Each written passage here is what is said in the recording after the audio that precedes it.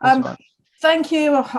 It is all gents apart from me, but thank you, gents, all for coming on. Thank you, Alan, especially for coming to be a guest speaker. We haven't done very many County RA events, and we thought that actually with the link up between the Offside Trust, Norfolk FA, and with the County RA, it'd be really good to have Alan come along, talk to us about the work that the Offside Trust does, talk to us how about we can help the Offside Trust.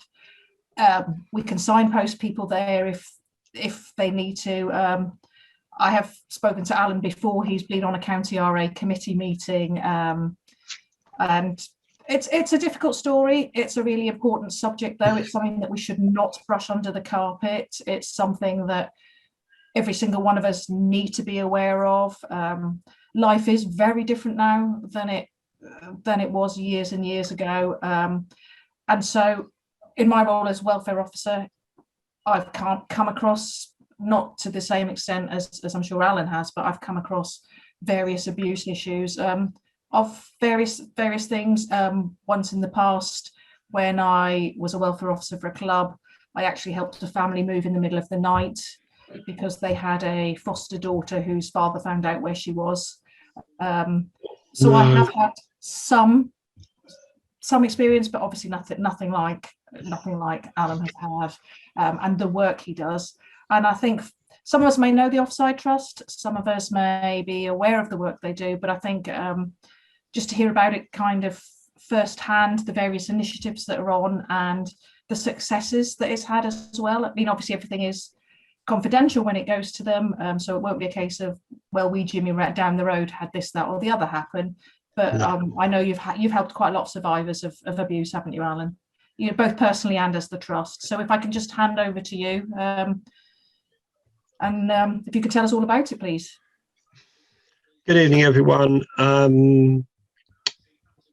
As you know, 2016, the British football was rocked by the high-profile revelations regarding child sexual abuse. Several of our members came forward. Some waived anonymity, some didn't. Steve Walters and Chris Unsworth both formed the Offside Trust, along with our dear departed Billy Seymour and Mickey Fallon. At present, Steve's still the managing director of the trust. There's myself, Gary Cliff, which you probably have seen if you looked at the documentaries live on TV.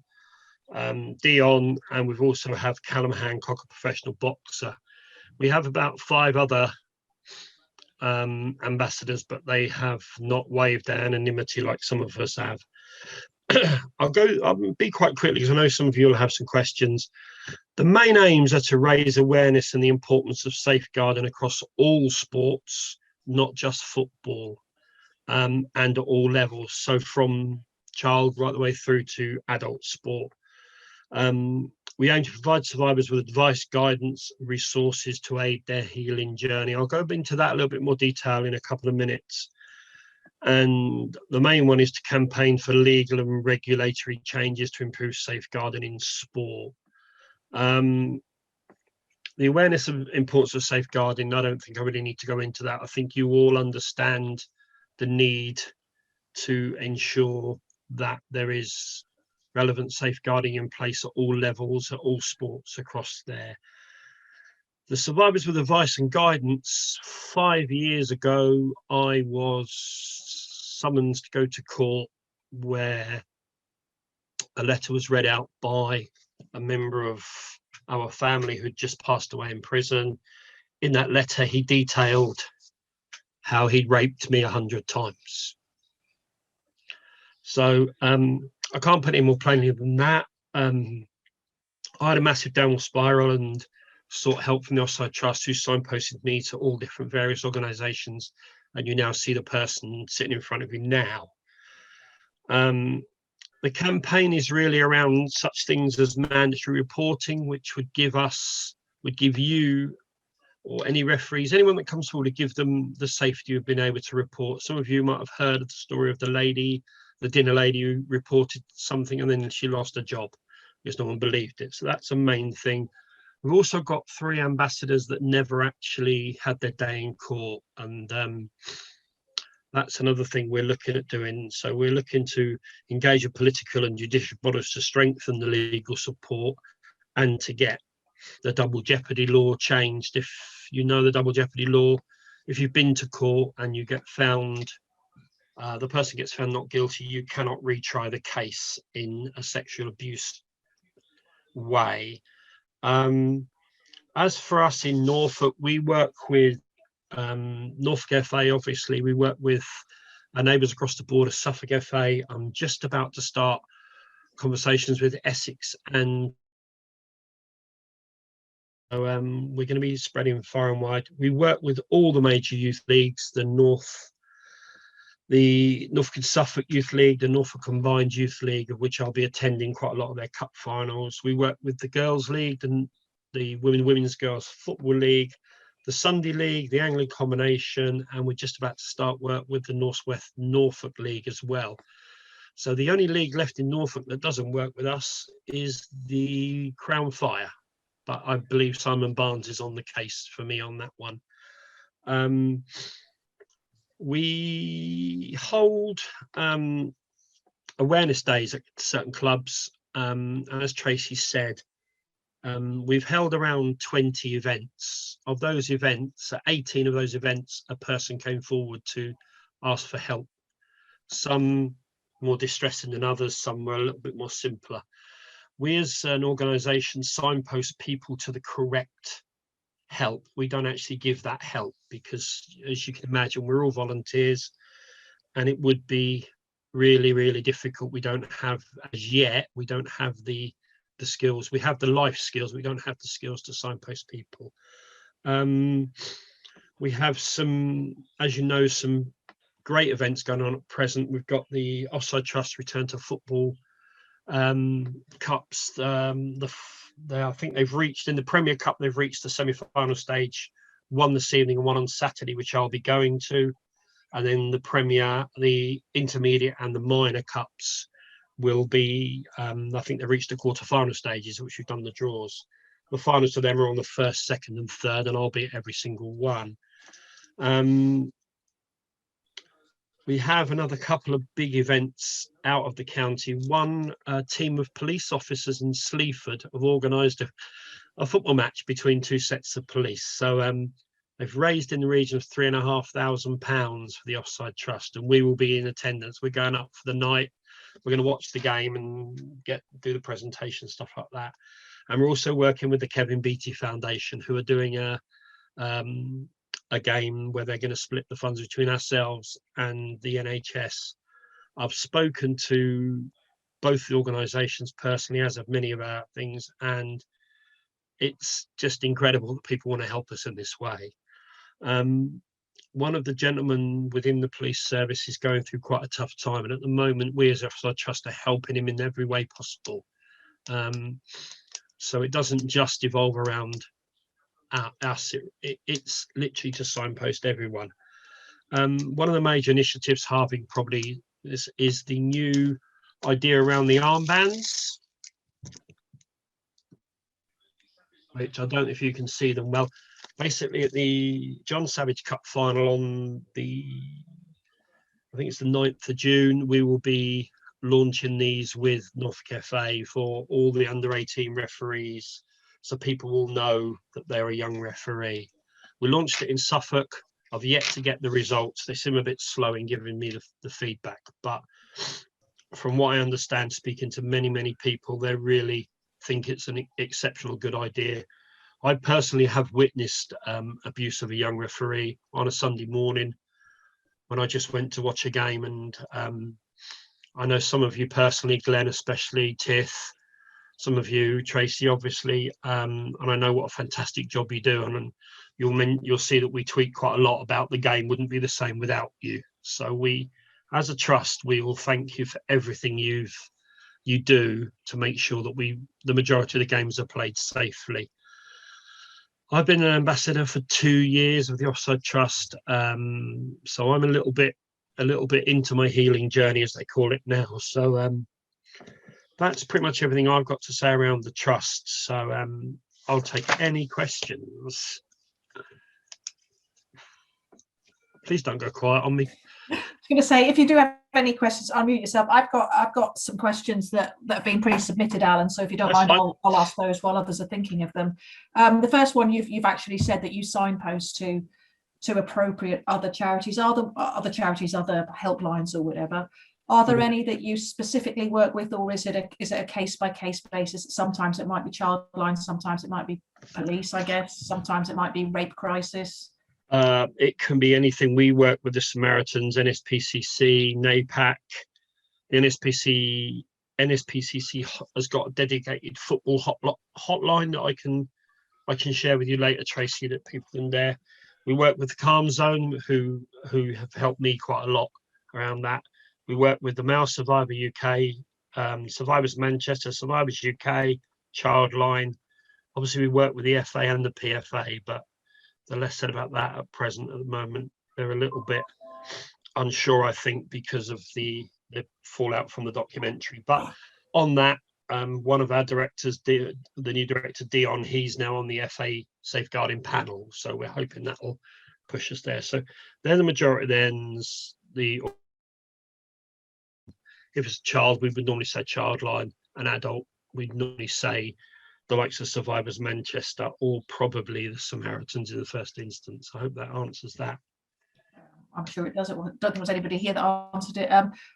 Just while I'll come back onto that one in a bit. Somebody else asked about, I'm just going to have another read of this. Obviously, football is a very male dominant sport for obvious reasons. Yep. Have there been many females come forward, or has it, because I know that a lot of what was investigated does tend to unfortunately be male on male, if you pardon the expression, but somebody did ask if there were very many females that you know that had also gained any advantage or help for Offside Trust. I've personally met 5 young ladies. One of them played in our big game at Chester, quite a high profile. Unfortunately, I'm not allowed to mention the names, as you can imagine, but I think the ones that I know of are 5, and a couple were quite high profile clubs as well. So yes, there is females come forward as well. Yeah. You mentioned, including yourself, unfortunately, about going to court. Are you finding that people coming to the trust are helping those that, it does help those that may have a case? I mean, I appreciate that it's all about the police and CPS and all that, but those that are going to court, do you help them along the way at all, or again, is it signposting them to the right authorities and then being there to help mentally, if you like, or there as another survivor yourself? If you really, I think the majority of the time we actually signpost them to certain areas. If you look at the recent Bonnell case that's coming up, there's a new case to come, some civil claims. There's been quite a lot of discussion around how we help those. We actually know most of them. A couple of them are ambassadors with us. So it's a matter really of just being there on the days that they need it. I mean, I will personally say, I mean, you will think that, I mean, I was the cheekiest little fella in the world, if you'll say that, but, you know, I hid this massive darkest secret for quite a long while, and sent a message to someone the other day just to say, listen, you know, don't suffer. Message me any time of the day, and we'll talk. You know, if I you, then I will talk to you in some way. So mainly it is mainly verbal support, and I know some of the directors, Steve and Gary, and that actually are working with clubs such as Crewe, Manchester City, to ensure that the people that are now coming forward are actually getting their help as well. The clubs are helping as well as as us as an organisation, and we're starting those processes, which is fabulous for us, really. Yeah, for me, it's very different. I'm a widow, and I'm in a widowed and young group, and for me, the support that I get from people that have been through similar is very different to anything that you can get professionally. So I suppose in a way it's the same with you. While each case of abuse will have different features, just somebody that understands and to talk it through with in a non-judgmental fashion. I think that's the really important bit, isn't it? It's the believing the non-judgmental, and then being there for the additional support and sending them the right What's way. wrong? Spot already, you need. I'll just mute Eggy. Eggy. Shh. I think you're spot on. I won't go into too many details. One of our first ever events was around the coastal area, and I was chattering away with people as I do, and this gentleman was standing probably 30 yards away from me, and he sort of come over to me about 2:15, and he sort of got within 5 yards and turned back, and that happened probably 20-30 times during the whole of the game.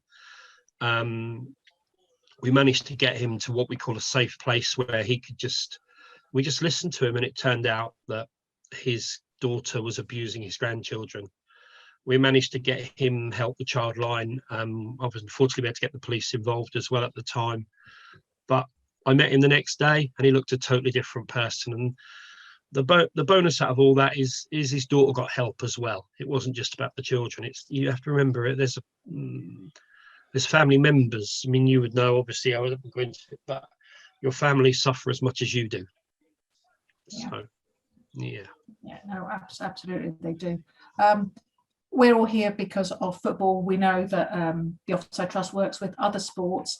Is it a bigger issue in football because there are more people involved, do you think, or is it that we are better at football at coming forward more? Or do you find that actually, unfortunately, abuse is across the board? Abuse is across the board. Every sport's got it. Unfortunately, you'll hear about it soon around netball, around gymnastics. Obviously, cycling will come out soon. We work with Marcus Puddifoot at the English and Wales Cricket Board a little bit to help people. I know that Tith's probably more into the cricket side of it, but we work with Marcus from his work with Crystal Palace, so it is across the board. You know, one of our ambassadors, Callum Hancock's a boxer, so you can see that it's not just football, and that's what we try to let people know, is that it doesn't matter what sport you're in. Come forward. We'll talk to you. We'll help you in any way we can. If we can't, we'll signpost you to the correct place. And that's all you can do is help me. I had an email last week from a club in Gillingham. One of their coaches has just been arrested for abusing young children. They've gone through a full FA audit, and we're going down to meet them in the next few weeks to just have a look and help them with some of their policies and just basically give the club and the parents some support. They lost lots of players because there was lots of social media activity which was wrong in the end. You know, no one had been harmed at the club. It's just the person had done it. And I think you all know what I'm saying. Yeah, it's guilty by reputation. We actually did have somebody asking about the armbands, which Yep. you've said about them. So is that going to be the official launch then at the John Savage Cup? If Harvey's still there, yeah, it's the 9th. We're going to be launching it on there. And I think there's a couple of young referees coming, and there'll be a big launch of it at the cup final, which will be absolutely brilliant as well. The FA actually have all the armbands, unlike our counterparts in Suffolk, who only purchased 20 to start with. The FA have got 150, I think it's 100 or 150, and they're ready to go. Basically, the minute we launch it, it goes out to all the young referees, and we believe the armband's good because we believe the minute the young referee gets there, they should be respected from the minute they land on the premises to the minute they leave the premises, not just the however many minutes they're refereeing. You know, it's a respect issue between the whole of the time. And you know, yeah, I was a little bit cheeky, but I was very respectful of referees most of the time. So I like that bit, most of the time. At least you're being honest by calling it most of the time, and not all of the time. I mean, I know certainly with the armbands that they do it in some other countries as well, don't they? As well as other counties, and I think it does seem to be a growing movement that we don't appreciate that refs are being abused. It's one thing to be abusive to me, a grown woman, but it's completely unacceptable to do it to a 14, 16, 17-year-old. And just by flagging, by having the armband and by having it a different colour to their kit, it's sort of drawing attention. That doesn't mean that referee isn't going to have a bad day, but it's just saying, come on, I'm young, I make mistakes. But the players are going to make mistakes. This is the thing that I think all of us that are here as referees, as observers, as people that are involved with leagues, every single person makes mistakes. And just, I think, kind of having the protection and flagging up to people that, don't be a idiot. There's the polite word. That's the polite word. I wouldn't use that word. Yeah, we the respect armbands that we launched with all clubs at the moment is phenomenal. We've sold nearly 1,000 armbands through leagues and clubs, and that I've sent another 10 off today to different clubs all over the country. This idea started from that around the captain's respect armband. Basically, it was another one of these schemes that you dream up over a pint in the pub, basically. So but we're pleased that Norfolk FA we're actually their community partner. We have been through COVID, so we're hoping they're going to extend it for another year as well. So, but no, we're really, really pleased. It's gone really well. It's been difficult for everyone. No one's really been able to get out there. We lost something in the region of 30 events last year that would have been massive for us. I think we're doing the Northwest Norfolk Cup finals at Fakenham. Another area that's quite forgotten. I was in Yarmouth the other week watching 3 games, and I just love getting out and watch. I'm a footballer. End of story. I'm a survivor of abuse, but I'm actually a footballer first and foremost. Yeah. It's interesting you're saying that about being a survivor of abuse. That was exactly somebody said. How do you label yourself? Do you label yourself as a survivor? What comes first, the footballer or the survivor of abuse, or actually one goes hand in hand with the other, but you're prouder of one because you've got through it and you're now out helping other people? The second answer. Yeah. The second answer, definitely. I'm proud that people will come up to me and shake my hand. I'm proud that they will observe what I went through. I'm also proud that a lot of them remember me as a footballer as well, not just someone that suffered quite badly. As I said, I hid this secret for best part of 40 years. I mean, I appeared in Norfolk from nowhere, and understand why I moved to Norfolk, basically. So yeah, to answer your question, I'm proud that I'm getting through my journey, but I'm also proud that I was a footballer as well, and I'll never take that away. No, exactly. For any of us, I am going to come on to questions for you guys. I've only got 2 more questions left. I just thought it's easier if I go through the pre-list first. That's fine. I did throw out a couple of questions because some people are very strange. I've done that one, haven't I?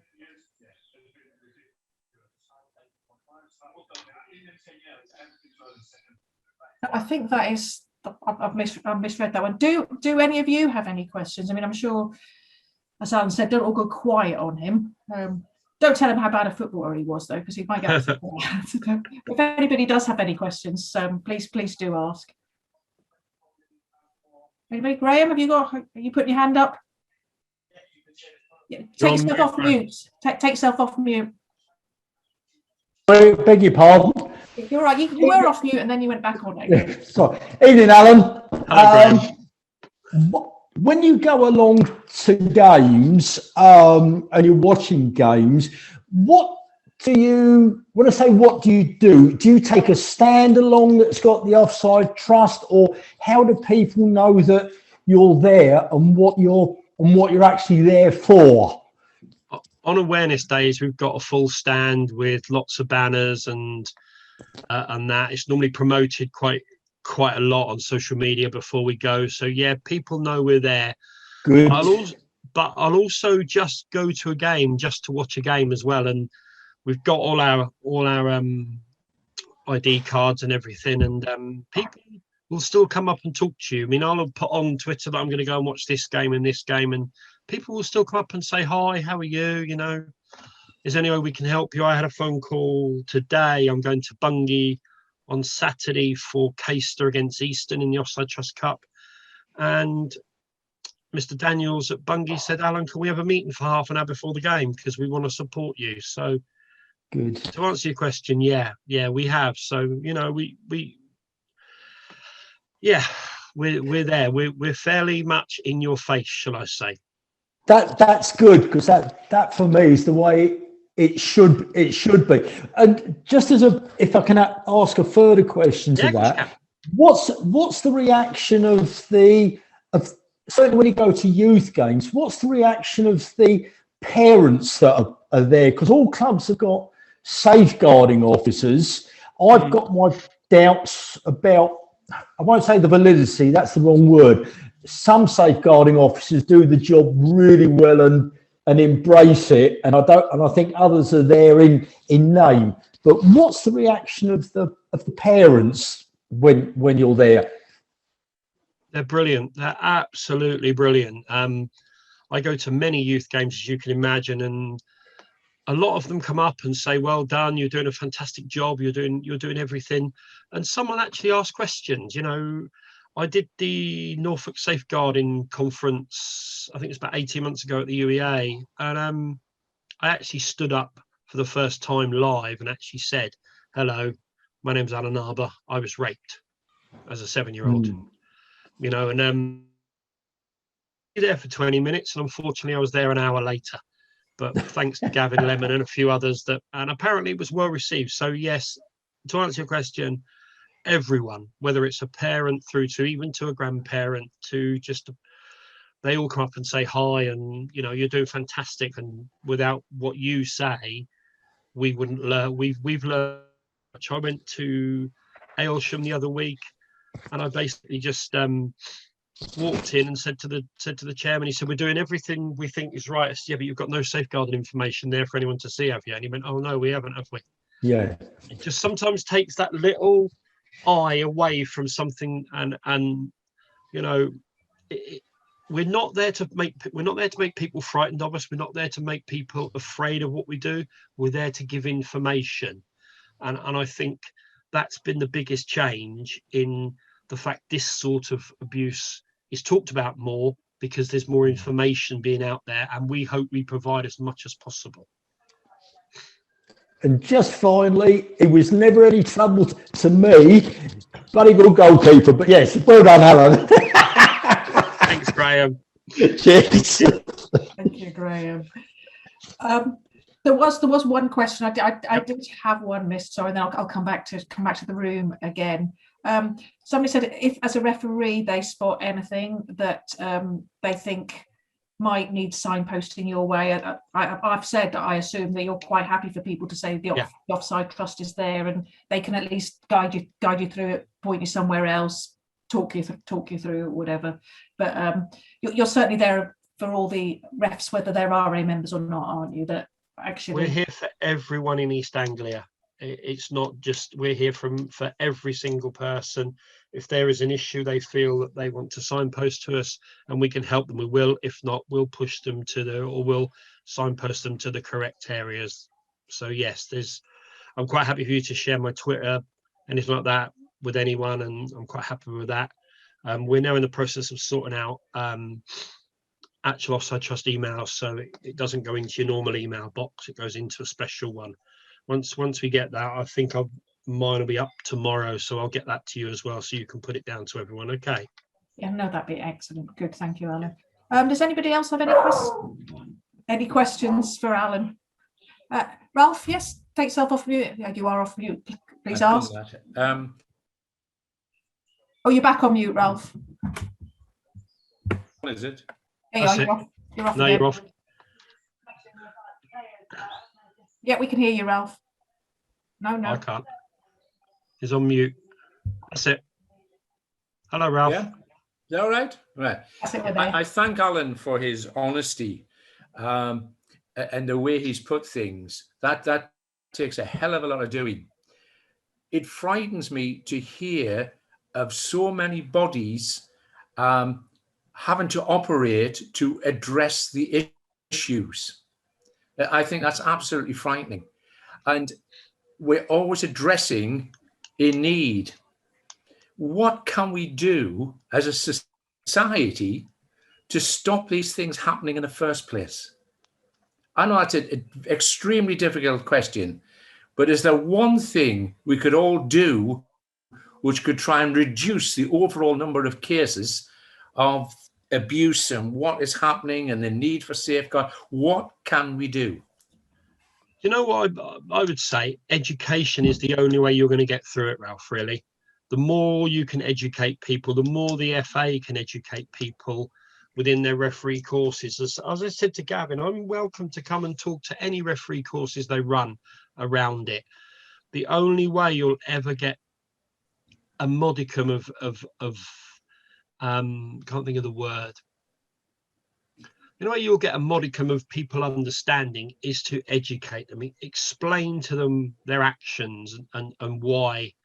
You know, the reason we're at the moment targeting the young referees grow up to be the Glenn Sandells, the Ralph Headleys, the Grahams, you know, the Michaels. They grow up to be what you were. You know, you've all been great referees in your own way, but they start somewhere. That's the reason we're starting this situation off with, and we're hoping that will be the start of the education process to parents. We all know there's those parents who go to a game and you know there's going to be a parent on the line who's going to blind, shout, swear. You know, I quite like the idea. I know there was an FA thing around what they call quiet games, where no one's allowed to speak. The coaches only speak before the game, half time, and after the game. I quite like that idea. No parents are allowed to speak during the game. I think the problem you've got, people live their life through their sons and daughters. They play the game. Even though their sons and daughters are playing, they're still technically playing in their head. And I think that's where the problems lie, Ralph. And I believe that the only way to go through it is the education side, really. And I hope that by doing more of talks like these, we can keep that awareness being raised and work with the FA to get that information out there. And I think what Tracy said was a good point, is letting people know where you can go if you're not happy with certain things. Thank I hope that helps. you, Alan. Thank you. Thank you. Thanks, Ralph. Yeah, Peter? Hi, Peter. Don't forget to unmute yourself.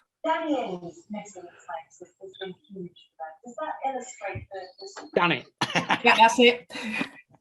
Hello, Alan. Hi, Peter. I imagine, you know, just making you high profile and your organisation, you would hope that would act as a deterrent, moving on from what Rav was saying, to these people that have an aptitude to abuse their own children, whether it be verbally or any other way. But I think that, you know, just this high profile part that you're playing in your organisation will make people think twice about their actions. And, you know, I think it can only be a positive thing.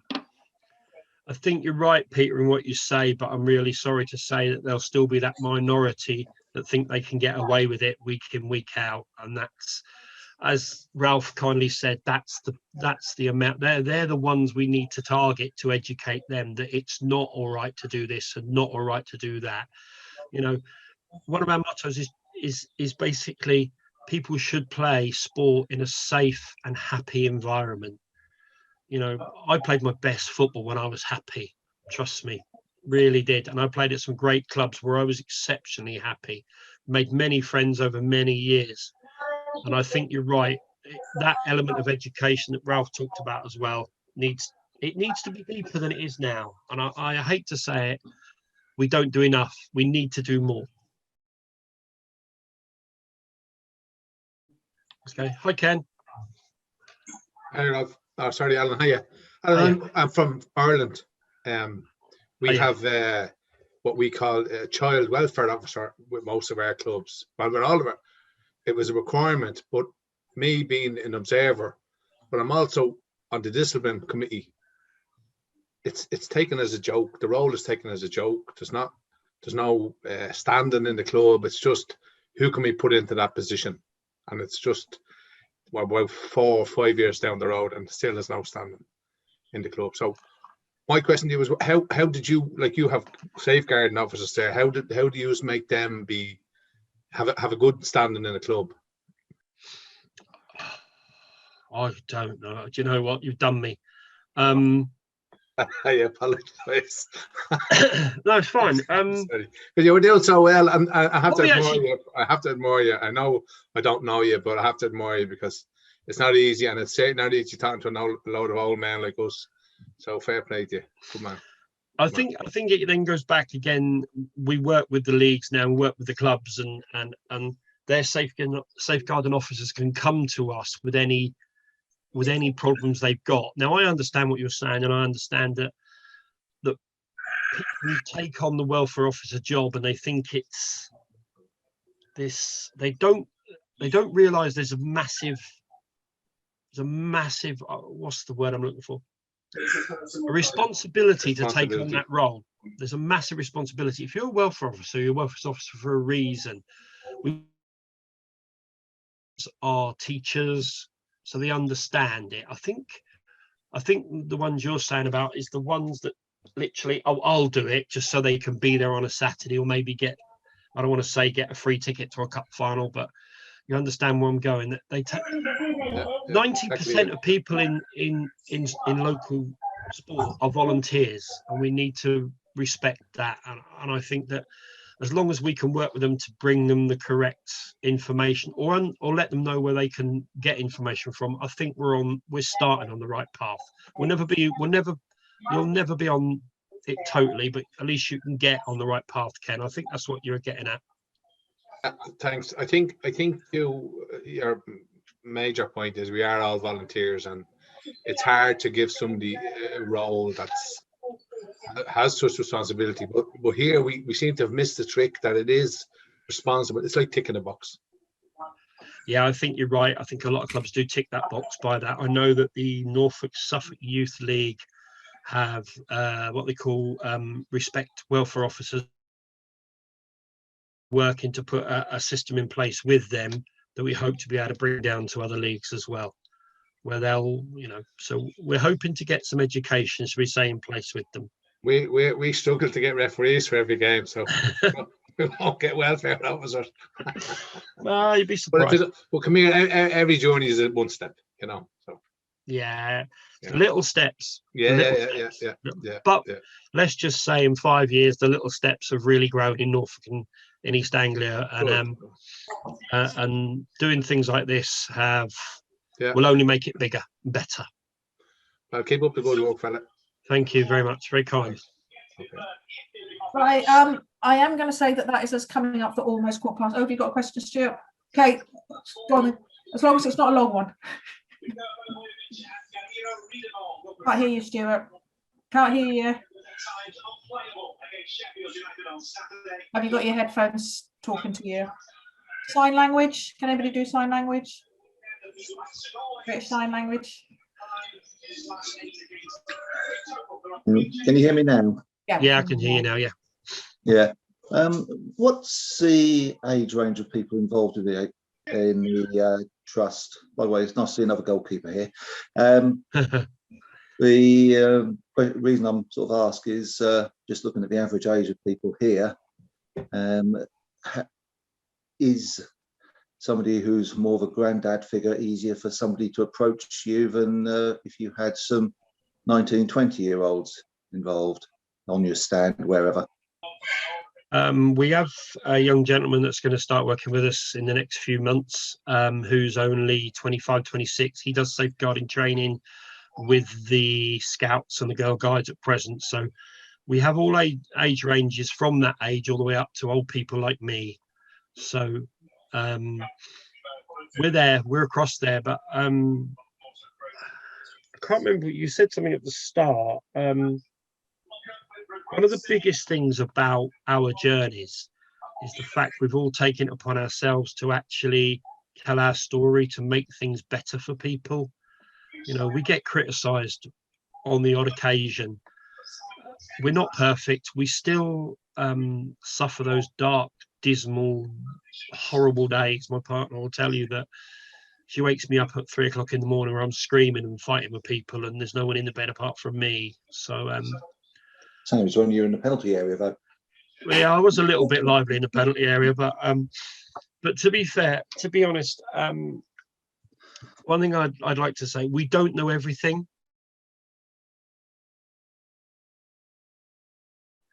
no one in the world should live through. Trust me, no one in the world should live through what a lot of us have been through. From the majority of us were abused from the age of 7, 12 through to probably, I was abused for 7 years.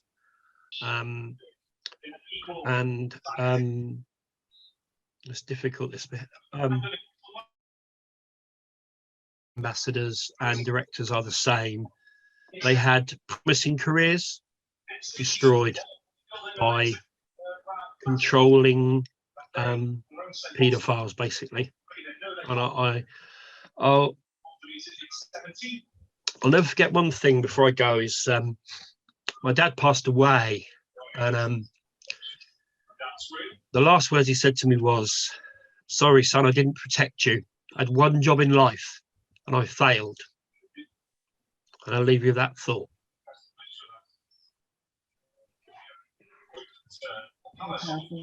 Alan, thank you very much for coming on.